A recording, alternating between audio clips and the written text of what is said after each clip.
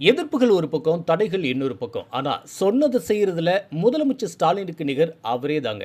இன்னைக்கு தமிழ்நாட்டு பெண்களோட வங்கி கணக்குல டக்கு டக்குன்னு ரூ. 5,000 பணம் வந்து விழுந்திருக்கு. இது ஏதோ சாதாரண பணம் இல்லங்க.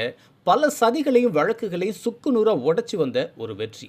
தேர்தல் நடத்தை விதிகள் வந்துட்டா, பெண்களுக்கு பணம் போய் சேராம போயிருமோங்கிற திமுக தவிச்ச நேரத்துல, எங்க இந்த பணம் எலக்ஷன் நேரத்துல போய் சேர்ந்தா, மக்கள் நம்ம பக்கம் கவனம் செலுத்த மாட்டாங்களோன்னு பிஜேபி கேஸ் போட்டாங்க. தாவேக, பாமக மாதிரியான கட்சிகள்லாம் மகளிர் உரிமை தொகையெல்லாம் வேஸ்ட்டு, ஓசி பணம் உங்களுக்கு வேணுமான்னு தப்பு தப்பா பேசினாங்க. ஆனா திராவிட மாடல் அரசு மக்களோட தேவையை மட்டும்தான் பார்த்துச்சு.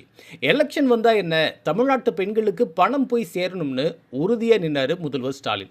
அடுத்த 3 மாசத்துக்கு மகளிர் யாரும் சிரமப்படக்கூடாதுங்கிற அந்த தொலைநோக்கு பார்வையில உரிமை தொகை ரூ. 3,000 முன்கூட்டியே கொடுத்திருக்கிறாரு. அது மட்டும் இல்ல, சுட்டரிக்கிற இந்த கோடை காலத்தை மனசுல வச்சு எக்ஸ்ட்ராவா ரூ. 2,000 சேர்த்து மொத்தம் ரூ. 5,000 தமிழ்நாடு அரசு வெற்றிகரமா மகளிர் அக்கவுண்ட்ல வரவு வச்சிருக்கு.